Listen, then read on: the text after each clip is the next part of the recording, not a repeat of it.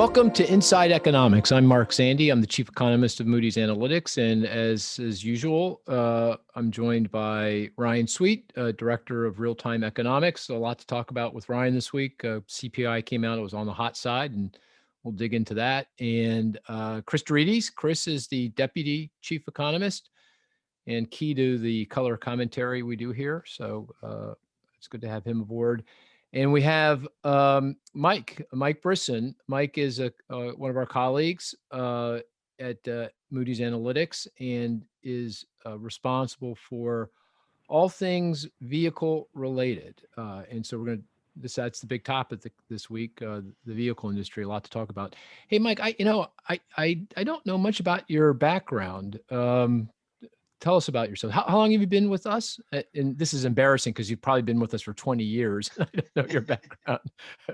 But how, you've been 10 years or so? It's going on 7 this year. 7. Feels like a long time though. Yeah. So, and just how did you come to Moody's Analytics? Was it me? Did I draw you to Moody's Analytics? No. Okay. It was my wife got a job in Westchester, and I knew what Moody's was, and I was an economist, and I said I'm going to work there. So I applied 12 times, and I finally got in. Is that right? Was it hard to get in? Oh, that's a good sign. Yep. Yeah. Who'd you interview with? Did you interview with me? I don't remember the interview. No, I interviewed with Sophia and Steve. Yeah, she's tough. She's really tough. Yeah. I couldn't get past the recruiters, the computer recruiters. You got to check all the boxes nowadays. Oh, I see. I got it. Well, I'm glad you made it through. You've been real key to our work on the vehicle industry and residual prices and all those kinds of things, which we'll dig into a little bit deeper. Where did you work before you came to us, or were you in school, or? I got my PhD at Northeastern, so I was teaching out there while getting my PhD. I also did some consulting work at Brookings, and then cool over to Moody's. I you know what? For some reason, I can't. You guys see Mike as a professor? I just don't. I don't know. You think Mike as a professor? Oh yeah, very hip professor. Yeah. With a lot of kids at the office hours. What's that? Oh, is that right? Oh yeah. Yeah. And what did you do at Brookings? What do you remember the research you worked on? Yeah, we looked at the impacts of stimulus. So a lot of the same stuff that you do. We had a large macro model that looked at the impacts of stimulus and other policy actions. I did not know that. Brookings has a macro model that they simulate? It's not Brookings. It's one of their fellows there, Bill Dickens. So I worked with him. Oh, he maintains a macro model, or did, I guess. Yes. Yes. I see. Oh, interesting. I didn't know that. That's interesting. Well, good. Well, welcome aboard. And as the faithful listener of Inside Economics knows, there's 3 parts to the conversation. At some point, I won't have to say this, I don't think, but maybe for a few more times. But part 1 is the indicators, the statistics, and we're going to go through our favorite statistic for the week. And we've called out a few statistics we're following regularly, and I think we should go back and talk about them as well. Part 2 is the big topic, the vehicle industry. A lot to talk about there. Chip shortages and new and used vehicle prices and pent-up demand and electric vehicles. And I mean, I can go on and on and on. I don't know if the vehicle industry is as key to the broader macro economy. It's not as it was 30, 40, 50 years ago. What was that old quote? Do you know the old adage from the GM CEO? As GM goes, America goes. Is that what it was? I think that was it was testimony before Congress or something. And when he said that, it was probably in the 50s or 60s. It was true, very, very much true. Not so much anymore, but still very, very important, still very critical to what's going on. So that's the big topic. And then I'll, in part 3, tie it all together for you. Okay, so with that, let's dive right in. I can sense where Ryan's going, although he might give us a head fake here. I don't know. What's your statistic of the week, Ryan? I thought you were going to go with Chris first, so I was going to. Okay, all right. Okay, you need time. I know you need time. You need time. You have to, settle in a little bit, and you look like you're in the shadows today. I don't know what's going on. We can't see your face. I'm not sure what that. Oh, I'm on vacation. You're at the beach. That's. Oh yeah, we're down the shore. Oh, I'm sorry. It's raining, isn't it? I apologize. Yeah, it is. So it's kind of gloomy here today. That. Yeah, nothing. But this podcast is a vacation, right? It is. Yeah, it's a nice little break. And I think the house we rented, like Yeah. the lighting, there's like one light in every room. So it's like a That's what's very, going on. yep. Yeah. So where at the beach are you? Are you? Oh, you told me. I think Ocean City. Is that where you are? Avalon, New Jersey. Avalon's great. I love Avalon. Very nice. It's a great little town. Great little town. Yeah. Okay, we're going with Chris first then. Chris, what's your statistic of the week? All right, my number's 80. 80. 80 on the nose? 80 on the nose, 80.0. Yeah. I know UMich came in at 86. That's not it. You want to give us unless Ryan knows or off the bat. Do you know? Is it within University of Michigan? Nope. I actually took a page out of the Sweet book this week and went for a statistic that is obscure. Oh, I like this. Well, then you have to give us a hint. And Mike, you can play along too. It is housing related. Oh, for my you should have usual. known that. That's not the survey they do. Who does it? NAHB? No, not NAHB. Yeah, NAHB does a survey of traffic through homes and the sentiment. The NHB Sentiment Index. No. Oh, it is a sentiment index. It's not the NHAB. Oh, okay. Well, I don't. You are on the track. No. Okay. All right. Yeah, it's the Fannie Mae home purchase sentiment index. I didn't know they had one. They do. They started it in 2019, so it's not very old, but it gives us some interesting details. So it combines a number of different factors. It's a survey.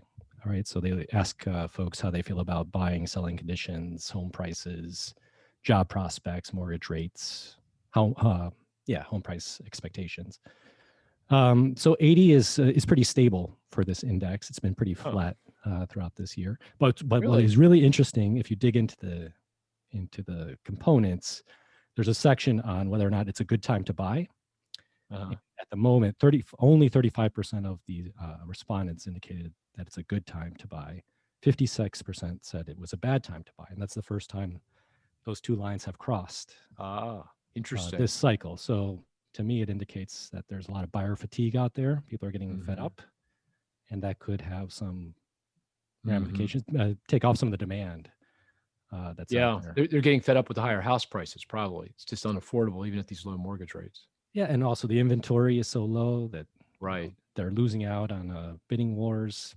I think a lot of millennials are probably just deciding, you know what, I'm gonna enjoy the summer and see what happens rather than keep trying to bid on a house that I'm not going to get. Right? Yeah. So you said 56% say bad time. 34% say good time. 35% say good time. 35, and this is the first time the bad time has been greater than the good time. That's a big swing. That's a huge. That is a huge swing. Yeah, 20 points in 1 month. In 1 month. 1 month. Wow. Yeah. In April was 55. It's 35, interesting, right? So I am seeing signs of kind of the market topping out, right? If you look at that index I mentioned before about buyer traffic and builder sentiment, that definitely is. Well, it's still very, very high, but it's definitely leveled off and seems to be rolling over. And I am hearing more anecdotes, so it is consistent. But that's a big swing. That's a good one. You see it in Michigan as well. The University of Michigan Consumer Confidence Survey has a question about plans of buying a home, and it has cratered over the last 6 months, and it's at its lowest since I think the data goes back to the mid 1980s. Okay. So this is good for me to start thinking about buying a home then. I think, because if everyone else gives up, that's a good time to start thinking about buying. Yeah. Always a contrarian. Well, I mean, come on, you don't want to really buy at the top of the market, right? I guess that's what people are thinking. This is the top of the market. Yep. It's interesting. But we might be in that situation where you watch what people do, not what they say. Yeah. Because I mean, existing home sales are still really strong. New home sales are strong. Mortgage they've rolled over too, though. They've rolled over. They've softened, but they're Yeah. still relative to what we saw most of the last expansion are still rock solid. Yeah, interesting. That is interesting. So so how many is it? Who do they survey? Who does Fannie survey for that? Do you know, Chris? I mean, how many people do they survey? How big is it? Oh gosh, I don't know. You don't know? Okay. details. All right. I I'm don't gonna take a remember, look. I didn't even I'll know send that you. existed. I'll send you a link. Yeah, send me the link. Yeah, absolutely. That's a good one. That's a really good one. So And you have when one. when Go Chris ahead. goes off the rails and picks an obscure number, he gets a flying pass. When I pick one, you guys just torch That's me. true. You know what? I didn't realize that, but you're right. I do that. I am definitely biased. I'm anti-sweet. Yeah. Yeah. In fact, I was thinking this came from one of our other colleagues. He thinks we should invent a kind of game, call it Stump the Sweet. I thought that was pretty good. Stump the Sweet.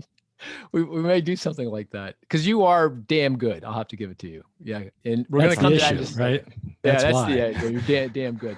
Hey, Mike. Before I go to the prima donna, can I? Do you have a good statistic? And I'm telling you, this better be good. This better be good. Okay. I was going to go with a softball. For Ryan, it'll be underhand softball. Well, hold it. I learned last week there's no such thing as an overhand softball. What are you talking about?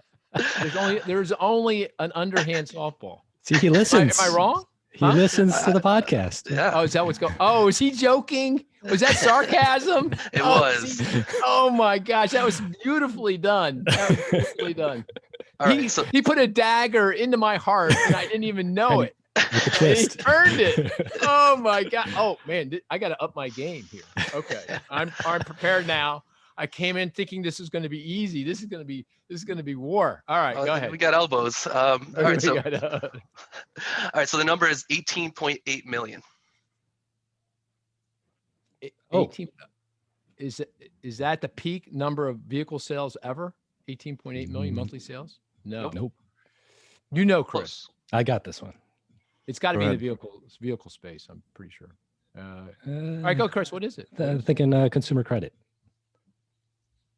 Well, no. Mark was closer. Mike, we're this is a podcast, Mike. It's not a visual. You can't just shake your head.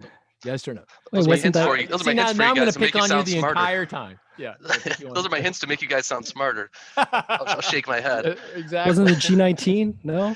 No, Mark was close. It's the April revision of seasonally adjusted annualized rate of vehicle sales in the U.S. But it's not the all-time high. So let's go this one further. So when was the last time that vehicle sales were higher than April of 2021?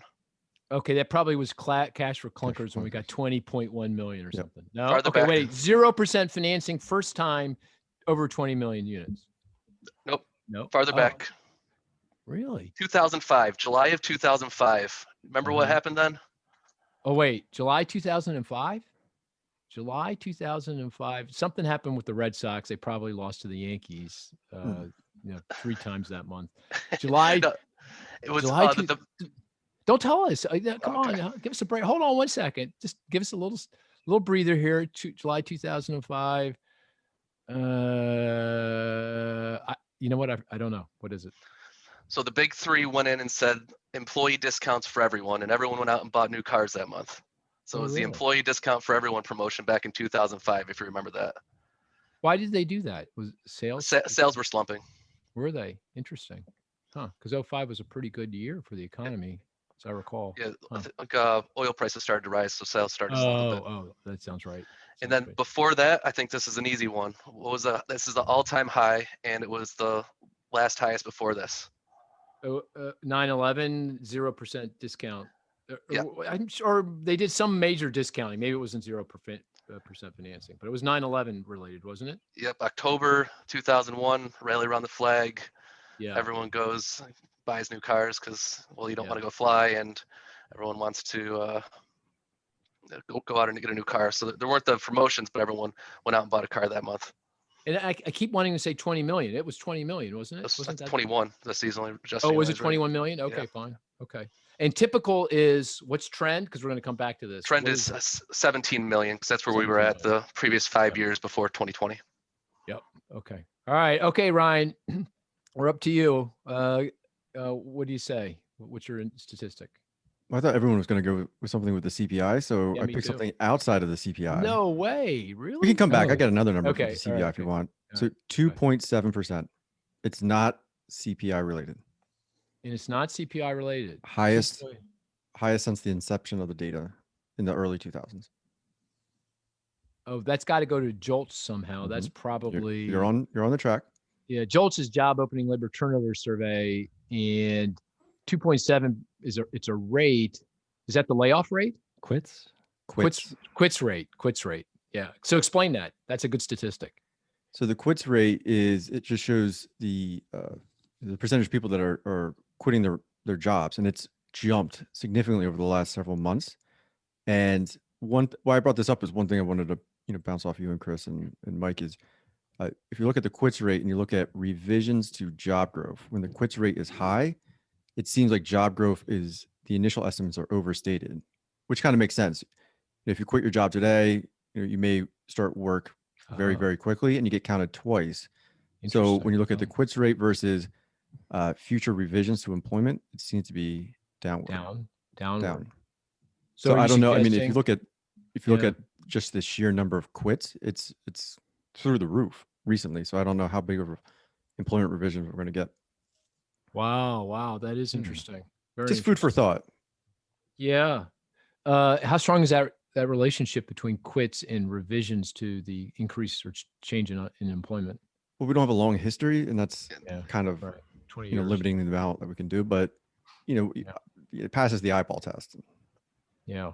Hey, I'm not going to play a game with you, but I just going off because enough fun in games here. But at least for the time being, but the JOLTS was for May was incredible, right? I mean, we had 9.3 million open positions, which shatters anything we've ever seen before. I mean, I think pre-pandemic we were hanging around 6-7 million at most, something like that. 9.3 million. You mentioned the quits. I think they're as low as they've ever been. If you look at layoffs, they're as low as they've ever been. In hires, if you look at hires, they're as high as they've ever been, close to 6 million hires. So that JOLT survey for May was just amazing. And I guess it's good and bad, right? I mean, it's good. I mean, in the sense that, wow, we're off and running here. There's lots of jobs and we're going to create a lot of jobs going forward. But I guess it's bad in the sense that it highlights the difficulty the economy's getting going here on the other side of the pandemic, turning on the lights and getting everyone back to work. Any other interpretation of that? The data is just amazing. Yeah. Does that suggest better matching that's going on? How so? Better matching? With the quits, right? If you have higher quits, then. Yeah. Did I say record low? I meant record high on the quits. Record high, yeah. Record high on the quits. Also consistent with this argument that people are waiting in unemployment, taking their time to select a job versus jumping. Yeah. Maybe. Who knows? Yeah. I mean, the only thing with the JOLTS data is you got to take it with a grain of salt. The response rate is very low relative to pre-pandemic. They're still having response rate. So, Dante and I, one of our other colleagues were talking about this, and it's like, we're trying to wrap our heads around, 9+ million job openings, and we're wondering how accurate the data really is. That's interesting. It's same problem with the BLS employment survey too, right? The response Correct. rates are low. Yeah. At least the first one, the first response rate, and then it picks up. It does pick up. The second and third reports. Right. So I want to do two other things on the indicators before we dive into the vehicle numbers.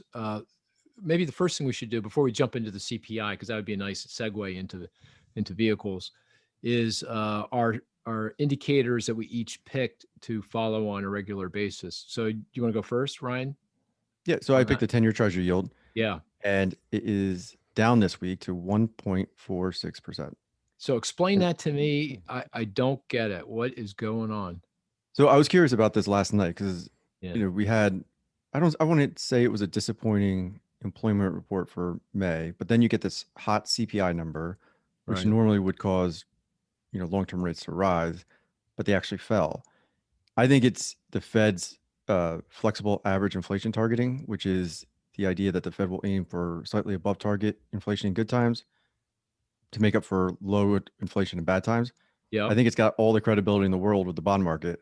You're seeing all these big crazy swings in the CPI, bond market saying we believe the Fed that this is transitory and that we'll get through this without significant further acceleration in inflation.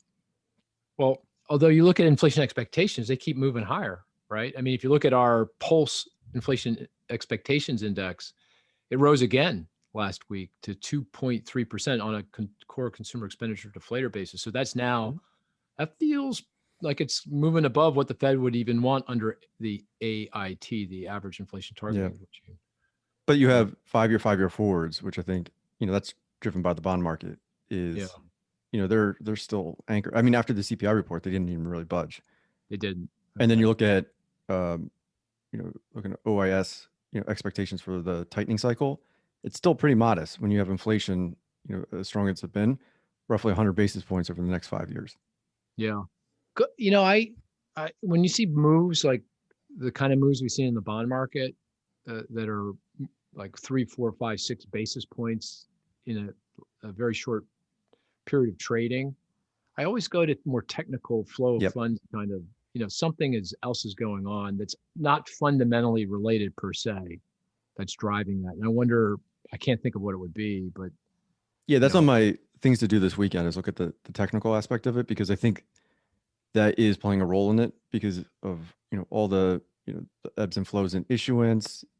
There's a lot of technical factors that are basically going back to like the supply and demand of treasuries that could be distorting what's going on with the 10-year right now. But all in all, I mean, it's at the low end of the range that we've seen over the last few months.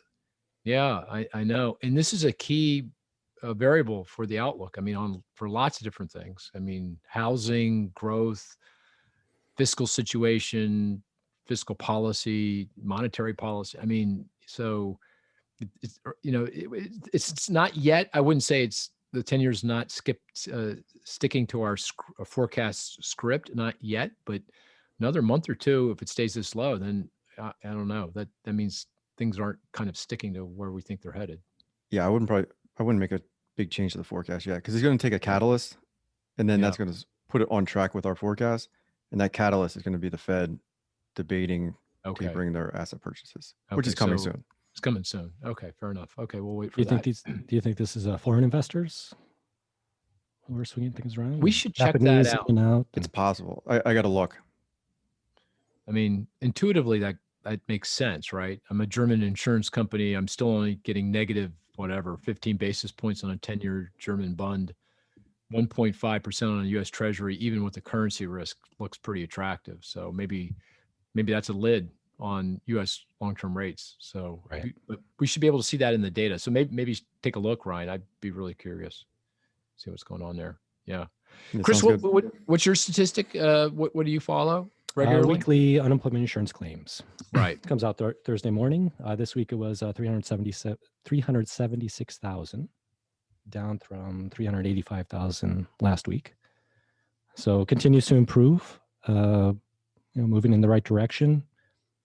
250 to 300 is kind of normal, so still above. But he keeps saying that, Ryan. Is that right? I mean, that wasn't what we were thinking. That's not your number?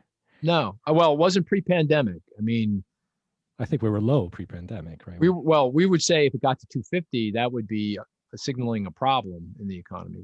But that's a function of, can't quite remember. That changes what that kind of threshold is. Yeah, it ebbs and flows throughout the business cycle. I think 250 to 300 was a good rule of thumb for a long period of time.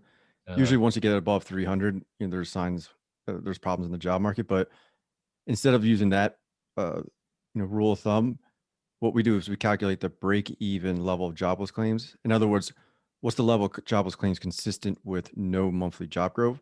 Right. And then that kind of gives you, as we get closer to that, line in the sand, we know that there's some problems developing in the job market when job growth is slowing. The issue is that, I updated this last week, and the numbers just with the pandemic and all the volatility, it's hard to know. It's hard to read. Separating the signal from the noise is nearly impossible. Well, I guess the bottom line is it's definitely moving in the right direction. So it's about the trend right now, right? Yeah. I would say low 200s is normal. Well, okay. So you say a full employment, rip-roaring economy, life is good, 225 per week? Yeah, 200, 225. We were at 215. 200. I like a range. I like ranges to give me some wiggle room. Okay. But it's not 200 to 250. It's 200 to 225. Probably. Something like that. Okay. Well, let's keep that in mind, going forward. Chris doesn't seem convinced. I read, and I'm not sure I read this. I think it was a pretty good from a pretty good source that a big part of the UI is now related to fraud. Is that possible? I mean, I know fraud has played a role, but do we have any sense of how big a role it's played? Have you seen any studies come out? I missed it if the one did come out on this. No? I've heard anecdotes, but okay. I haven't seen anything. Okay. I mean, I read the GAO report, the Government Accountability Office, but this was, several months ago. Yeah, right. I mean, fraud is a problem. You can see that in the Ohio unemployment insurance numbers. They had big swings, and a lot of it was attributed to fraud. Once they got their system locked down and figured out, jobless claims in Ohio quickly headed south.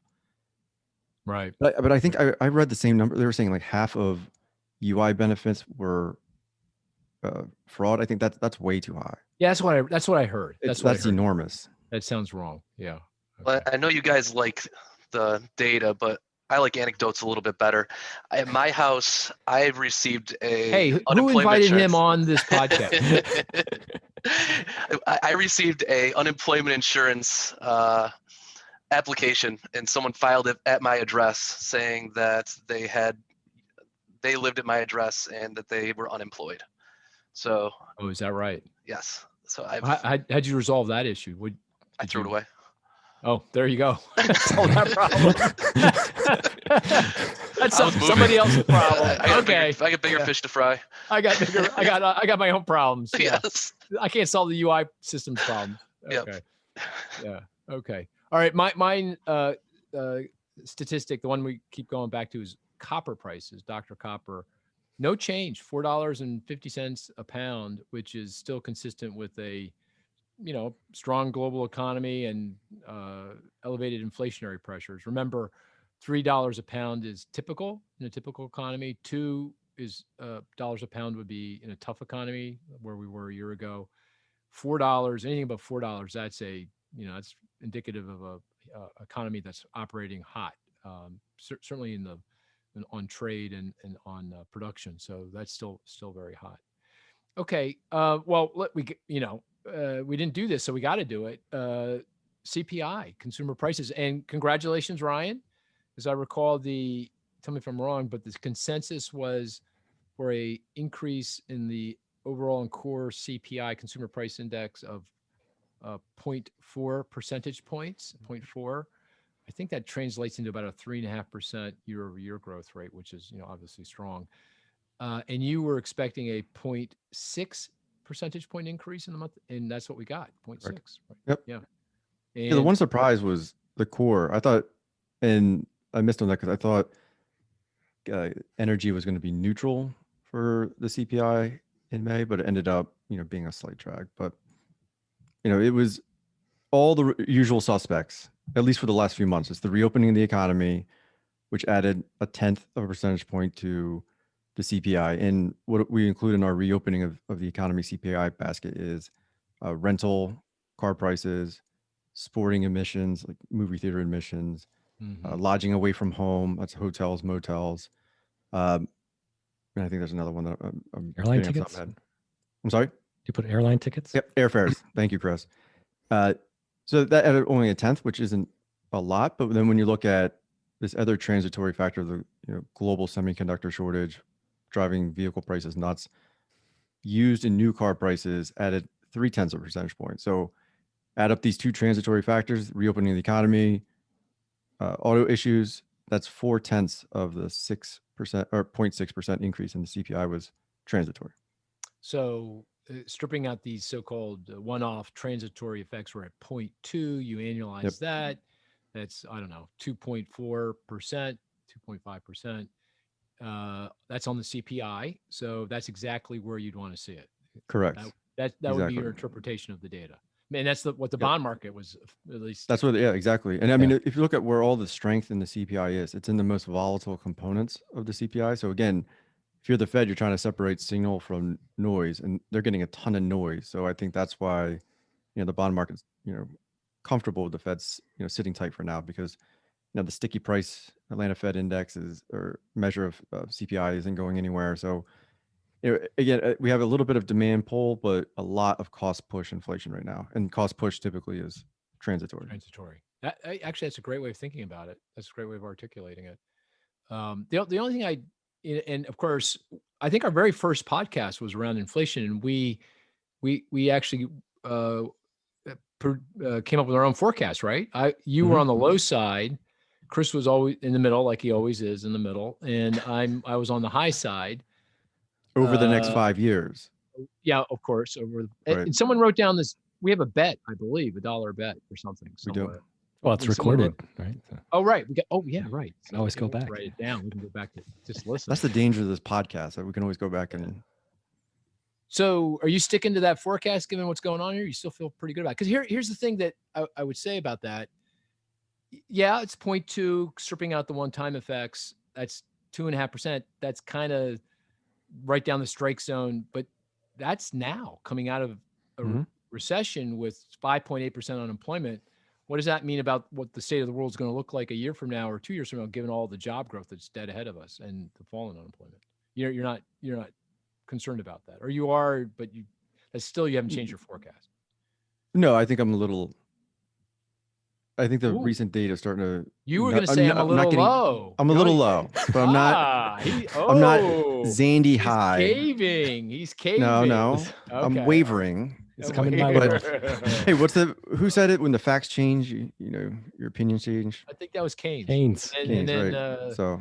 Then Tommy Lasorda. No, I'm not sure. No, who's the Yogi Berra? Yogi Berra. Who says everything apparently.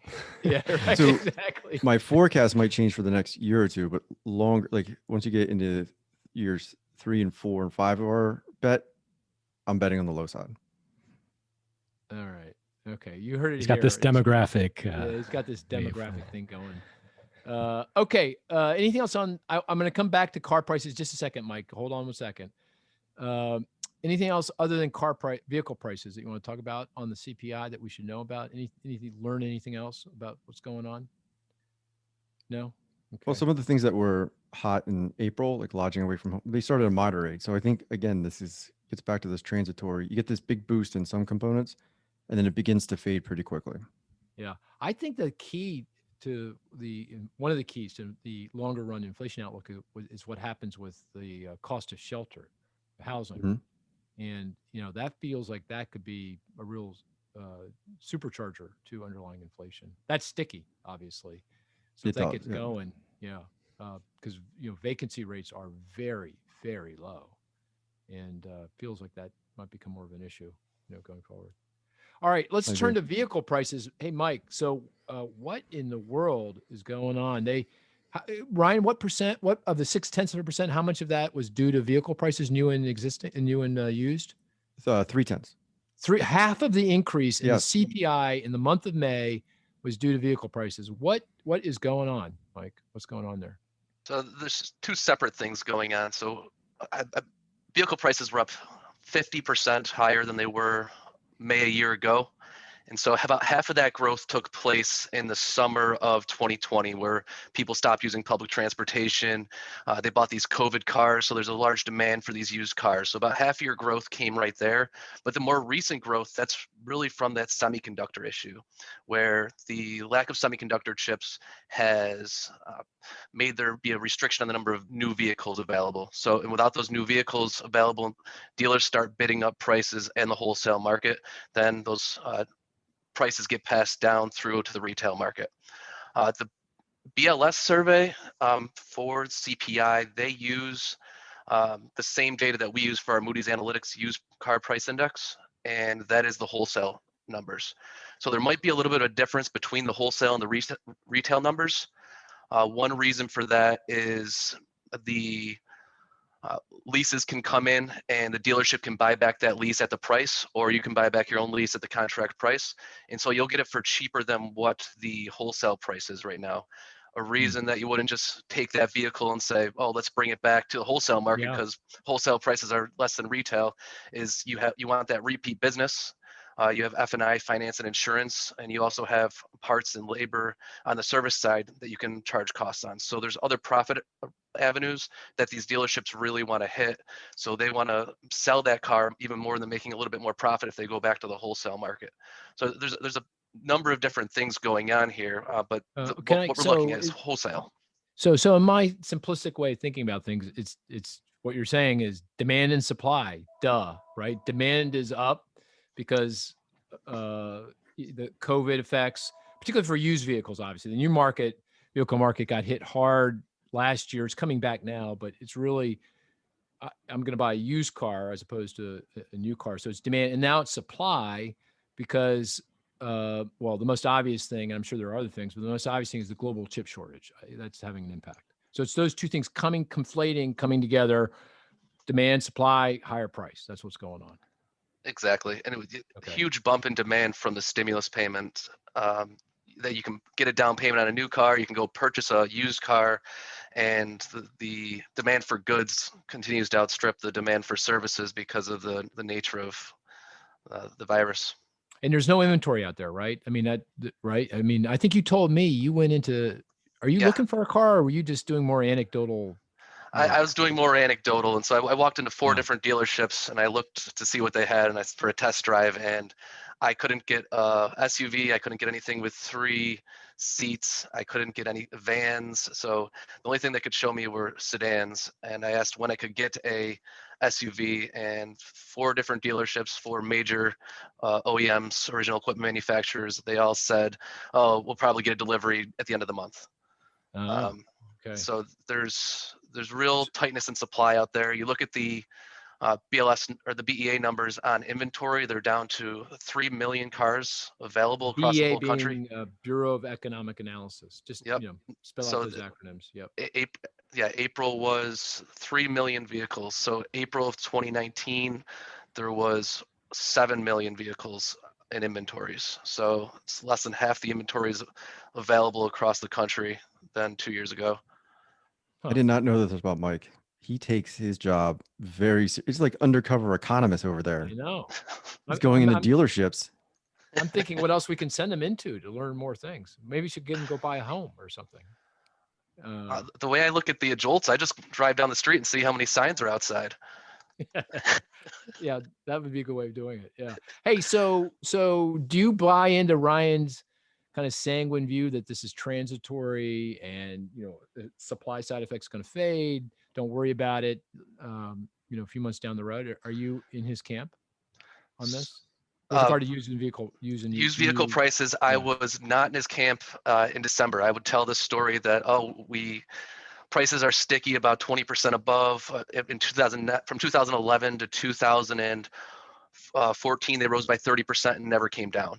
But this time, this supply chip issue, I am thinking that it's transitory. Prices are going to come down as supply comes back onto the market. I don't think that this gain of 50% over where they were is reasonable, and I don't think it's supportable by what future demand is going to be once more vehicles start being pushed off the lots.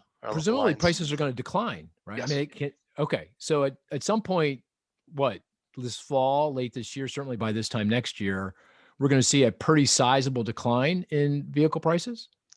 Yes, I'm forecasting about 15% right now. I think that's conservative. And prices, according to our Moody's Analytics Used Vehicle Price Index, our weekly index, prices already peaked the 3rd week of May. So they're already starting to come down a little bit in the weekly data. So now that you bring that up, just quickly tell us how you what do you do to construct that index? So we create a hedonic index that controls for mileage, price. Hedonic as in we are able to see what each vehicle sold for, so individual vehicle sales, and we're able to control for the make, model, the subsegment, the fuel type, the body type, the mileage, and we control for all that, and you kind of take the residuals off of that, and then that's really the movement in prices is that residuals once you control for all those other factors. And so that's a moving window over time to really see what's going on with prices. But that also doesn't control for inflation. We do have a valuation index that controls for inflation by using MSRP. So that value, our Moody's Analytics valuation index controls for the increases in price or costs to the manufacturers through controlling for the MSRP of the vehicles that's sold in each transaction. Okay. So based on the transaction level, you're looking at the car level data and you're aggregating up, controlling for the attributes of the vehicle. And after you control for it, you can get a sense of what's happening with price. Yeah, By the way, that's that so-called, what you called hedonic pricing, which is what you're using. That is what the Bureau of Labor Statistics uses for lots of different products and services, right? They, yes. in the CPI, they control for let's call it quality of the product or service that they're buying to get to the underlying price. The CPI for vehicles, they do control for quality. They do it so it's more similar to our valuation index, whereas our price index is more similar to the Manheim because we really just care where prices are going. We do care about price inflation in that sales price index. Both indexes right now are moving up because the MSRPs aren't moving up and the cost of goods aren't really moving up for. Let me ask you a question. So, I've started leasing cars, which I find, every 3 years I get a new car, right? My wife gets a new car. So one of the leases is coming up in the next 2-3 months. What's your advice on this? How should I be thinking about this? Buy it. So this is called personal investment advice. Yeah. Buy it. I should buy it? Buy it at the contract price, resell it, and then get another lease.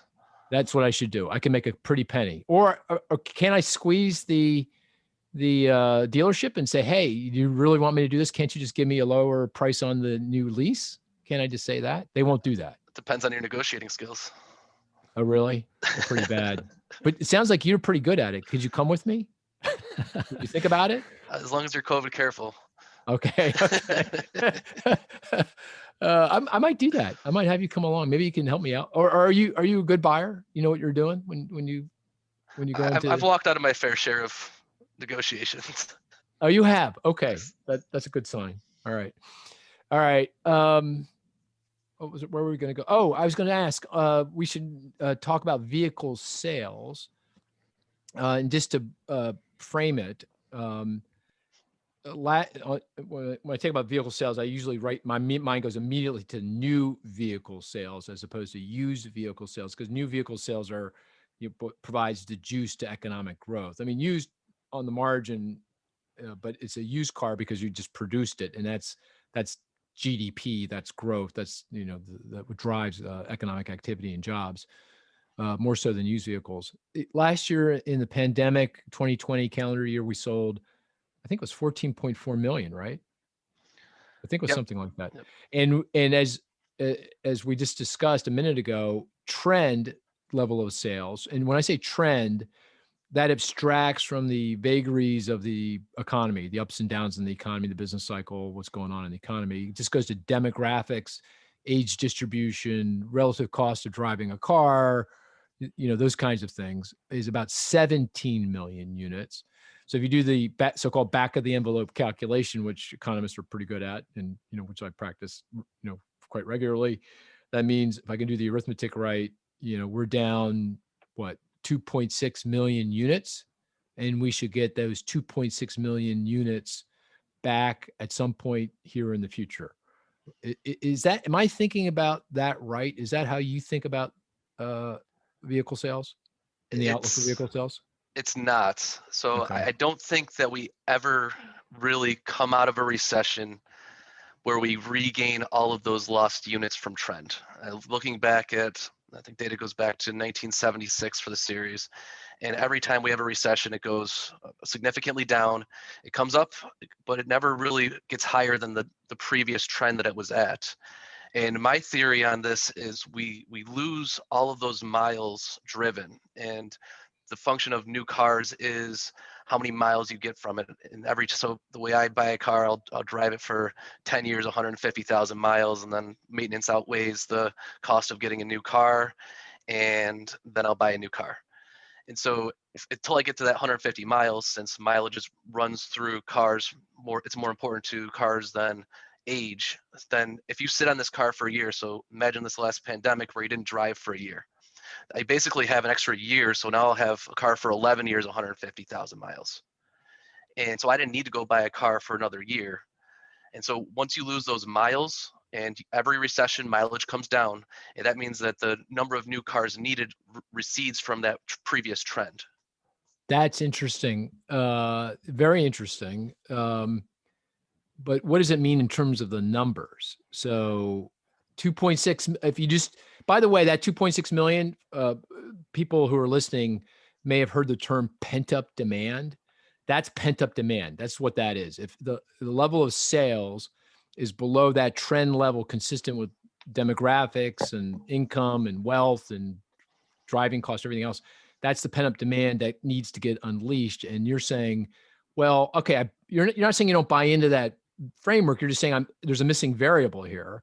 And the missing variable is in the recession, I'm driving less, and therefore that's going to reduce the pent-up demand that I have by some amount. How much is that? So, and by the way, I have a retort to what you just said. I'm sure you do. Yeah, okay, and I'll come back to that. But how is this a big deal? So of the 2.6 million in pent-up demand, the kind of the simplistic back of the envelope, how much do I subtract because of this? So let's say phenomena? The number of miles were down 15% last year from pre-recession levels. So 15% of, let's say, 17 million is 2.5 million. Oh my gosh! So you're saying there is no pent-up demand? We're not getting anything back? I think that there is a boom because of the stimulus and raised incomes. I feel a bet coming on. I feel a bet is coming on. Okay. I bet we don't get any year over 18 million. I'll bet you that. No. That's not fair. That's not right. That's not right. No, you just said to me was there's no pent-up demand. So therefore we should be going back to 17 million units, no more than 17 million units on average. Well, we'll be at 17. We'll be at 17 exactly this year. Okay. And I think we go up to 17.4 next year. Okay, so there is some pent-up demand. It's not exactly 2.6 million. Just, you could think of it like a business cycle where you start to get a little bit higher and then you have a couple of years that are lower.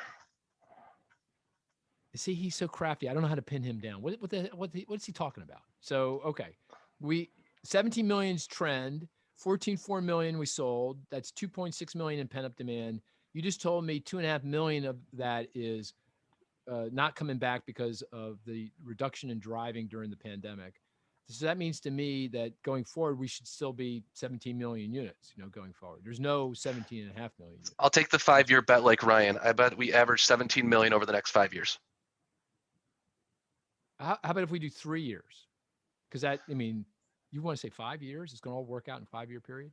Okay. All right, fair enough. Okay. But interesting. Well, here, let me tell you the counter to that. The thing you just explained which is intuitive, actually. I hadn't thought about it. It's kind of interesting. I have to think about that because I'm sure it plays something of a role. Is that the reason you observe fewer sales than coming out of the recession and the recovery than what you lost in the recession, you don't get all that pent-up demand back, is because invariably before the recession, you have what I would call spent up demand. You have extended period of sales that are above trend. And so therefore you have to work down that spent up demand before you actually get to the pent up demand. Does that make sense? Am I making any sense at all? But the pandemic is different because we didn't come in, at least I don't think we did, come into the pandemic with spent up demand. The level of sales was roughly consistent with where you'd expect them to be. Maybe a little higher, but not a lot higher. What do you think of that logic? I think this is a good experiment to test that. I would say going into 2007. He's good. That was a great answer. Okay, but I would think that 2007 would be an example of maybe spent up demand because the vehicles were being purchased at a rate of 16.5 million going into the recession, and then it started to come down in 2008. But if you consider a trend to be 16 or 15.8 at the time, then there was a little bit of spent up demand before that, and that's why we didn't get even half of what you would consider even a 16 million trend going out over the next 5-6 years. It took us 5 years to get back to the 1 month of the pre-pandemic level, let alone coming above it for a significant amount of time. So we didn't even cash for clunkers. We only got above 14 million seasonally adjusted annualized rate, and we were above 16 going into the 2009 recession. Okay, Brad, let's just have a bet. So next 5 years, what do you think average annual vehicle sales will be? 17.2. 17.2. Just because of rising population, I think. Yeah, well, 17 yeah, that makes sense. That makes sense. And you're also saying we also lost some sales. I didn't ask you this, but I'm making a statement. You tell me if you disagree. That we're going to lose some sales because of the chip shortage. So we got to get those back, right? So there's got to be a little bit of lift from that. Yeah, I'm sure people want to hear about that. We're so taking off, what's your number? How much are we taking off because of the chip shortage? We've knocked off 770,000 sales from this year that would have happened without the chip shortage. And so what's the average annual growth sales level for 2021? Do you remember? I think it's probably south of 17 million. It's a 16.9, 17. It always ends up at 17. Yeah, it always ends up at 17. Okay, well, you take 17.2. I'll take 17.7. Okay. Price is Right rules. Because that's 500. That's $500,000. 500,000 unit difference times 5. That's 2.5 million. That's pent-up demand. Okay. So okay, all right. Hey, you don't need to write it down. This is enshrined in podcast history. Okay, very good. That's very interesting though. You make a great point about that. I have to think about that more deeply in terms of the amount of. It's just that's not my experience because I buy cars I get a lease every 3 years, right? It doesn't really matter how much I drive. Not but you're everyone's right. Mark Zandi. I'm different. I know. I'm different. To that point, just if I can ask real quick, does work from home factor into this at all? If we're driving less on average, I'm keeping a close eye on it on the miles driven. It comes out about 2.5 months lagged. So, that could be, according to Mike's theory, a big problem. I could bring it down. Yeah, I could it's bring good for it my way bet down. though. And a bigger issue would be demographics. Baby boomers are getting. It always goes back to this whole demographic thing. Come on. No, never mind. Go ahead. You don't want to demographics admit is that destiny. We just had a whole podcast on it. Over a 10-year period. Yeah. Okay. But in the next 5 years, we have a tremendous number of baby boomers that are going to be entering their 80s. So you're saying that that's even more of a drag on vehicles. Correct. Yeah, I think if you look at the driving age population, correct me if I'm wrong, Mike, I can't remember, but I thought that was pretty stable, throughout the next 5-10 years. I think it is. Yes. Yeah, it's pretty stable. Yep. Okay. But of course, the other thing is the relative cost of gasoline. That I presumably that matters, right? I mean, but we're assuming that's constant over time. I guess. And the driving age population we look at is 15 to 65. So apologies. Yeah, right. To anyone that's over 65, I know you're still driving out there. Yeah. You might be understating. I know. Yeah. I'm sure he factored that in, though. Sounds like he did. Okay, so we're getting short on time. There's a lot of different things to talk about. Maybe quickly, tell me a little bit about, because we have a lot of folks that are interested in the auto loan market. What does this all imply for what's going on in the loan market, in terms of quality, in terms of lending? It's been excellent, right? I mean, this has been the best time to be lending. The banks missed out. Captive finance, 8 market share up, lending like crazy, growing at 7% per year as the delinquency rates just came sinking to all-time lows. And you have a combination of you don't have to pay your student debt, you don't have to pay your mortgage. Well, I'll go pay my car loan because I'm getting unemployment insurance even if I don't have a job. And so everyone's paying off their car loans, and it's a great time. And those people that even face hardship and don't want to get accommodations, and they go and say, oh, I can just go sell my car for even more than my loan is because used vehicle prices are so high right now. So it's a great time to be a lender last year and get out there and make those loans. But as prices come up, you think that the opposite side of the coin would be right around the corner. So if I'm lending right now and vehicle prices are, say, even 20% higher than they're going to be at the end of the year, or used vehicle prices, if you make a used vehicle loan, then that loan's going to be underwater very quickly. And so as soon as that person faces a hardship, they can't go and sell the vehicle and pay off their loan, and your collateral is worth a lot less than it was. So losses become a lot higher. Yeah. Have you seen more or less subprime lending? Much less subprime lending. Everyone got Yeah. much more conservative as the pandemic hit, and they've remained there. So bottom line, the outlook here for lenders looks good.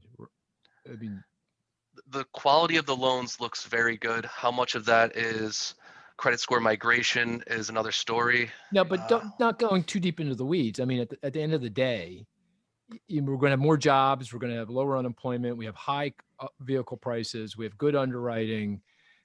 The market's solid. You expect 17.2 million a year. It feels like a pretty sanguine kind of backdrop for lenders. Right now, yes. You know? But there's a lot of risk in these high prices. That's all I was trying to say. Oh, I see what you're saying. So if they come way down, somebody might get caught. Yes. Depending on the lending that they're doing. Everything's great right now, but there's more risk than there was 6 months ago. Okay, got it. Because prices have gone, it's like a housing market. They've gone straight up. So if you buy a home or a car at these prices and then they crater and you have a disruption to your income, you might have a problem. Correct. The lender might have a problem. He's calling top. You're calling it top. Yeah. Very good. Hey, so, the other thing, interesting thing about the vehicle market is technology. There's just so much stuff going on. Electric vehicles and driverless cars. And I'm sure there's stuff because I'm not, really into cars. I don't really know. I'm sure you have many anecdotes to tell us about the vehicle market, but what do you want to tell us about these new technologies? How are you thinking about them? How do they enter into your perspective on the market, the vehicle market? So electric vehicles are here. I mean, this is the year electric vehicles really break through. I know the U.S. was only 2% of the total sales last year, but in the whole world, it's almost 5% of total sales this year. And you have all of these OEMs coming out with new models. They've bought in. California is saying you're not allowed to sell any internal combustion engines by 2035. You have other countries that are saying this as well. And so the manufacturers are buying into electric vehicles. The tables have turned. Consumers are starting to buy in because they see that, people have Teslas, people have electric Mustangs, and they're going to have electric F-150s, the highest selling make model out there. And I think this is a turning point for electric vehicles. So what percent of vehicle sales will be EVs? I guess, what was it in 2020 or 20? What do you think it's going to be in 2021? What is the percentage? 2021, in the US, I'd say it's closer to 4%. 4%. And what do you think it is 10 years from now? I'd say it's highly dependent on political subsidies. So subsidies for the vehicles. If you buy a Tesla or a GM, you're not getting any subsidies towards that right now because they've maxed out their cap. They don't get any subsidies anymore. You're only allowed to sell 200,000 electric vehicles. Other companies, you get a $7,500 credit on your taxes. So it's a pretty big chunk of change that you can get for buying an electric vehicle from another brand.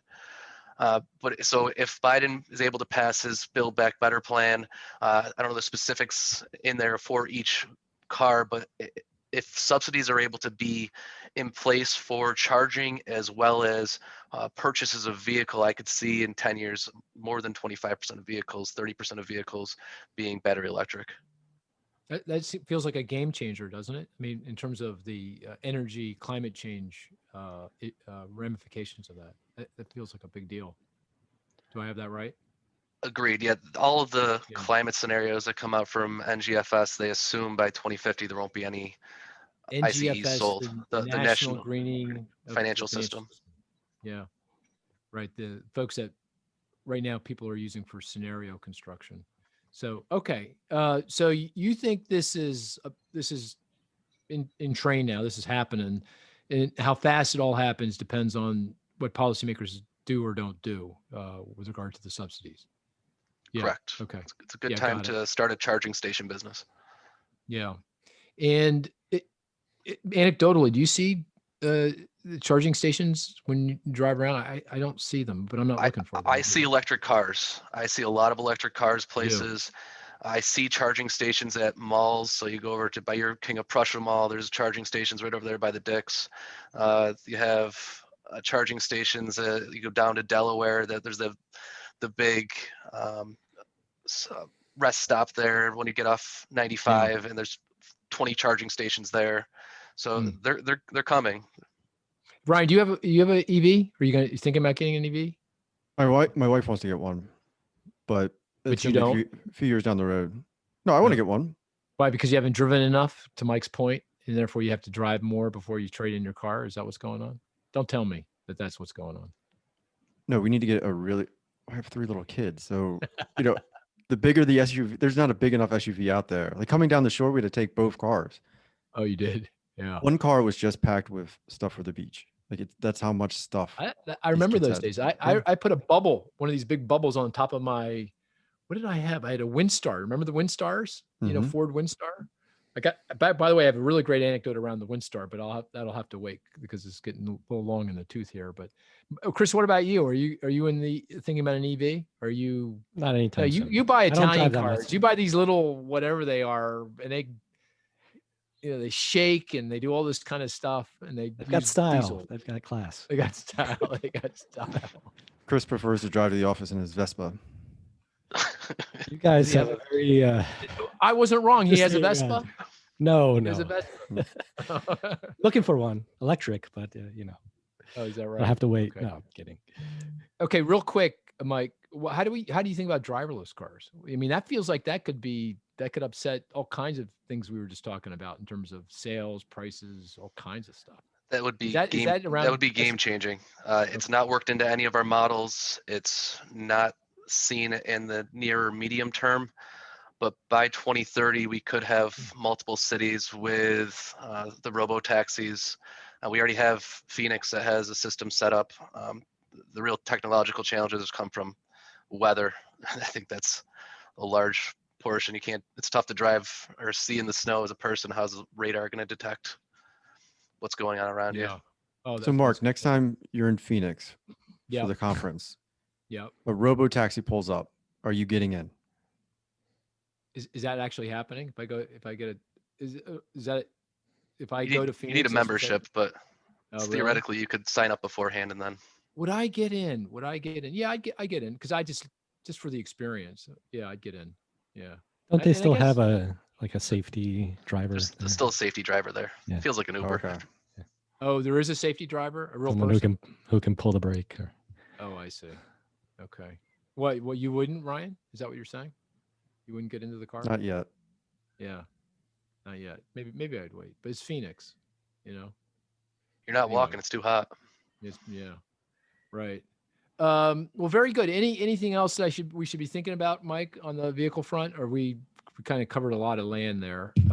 Anything else we should be thinking about? No, I think we covered a lot. Okay, good. Very good. Well, for me, the vehicle market, I love the vehicle market because it's a poster child for the economy, for markets broadly, and it highlights currently.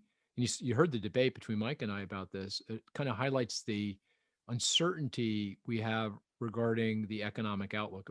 I'd say I'm very confident. The outlook is strong. It's good.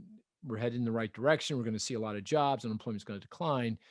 But I think it's a fair debate whether it's even stronger than we're expecting or it's a lot weaker. And that whether it's stronger or weaker depends on, of course, many things, but really depends on the kind of debate we just had around the vehicle market.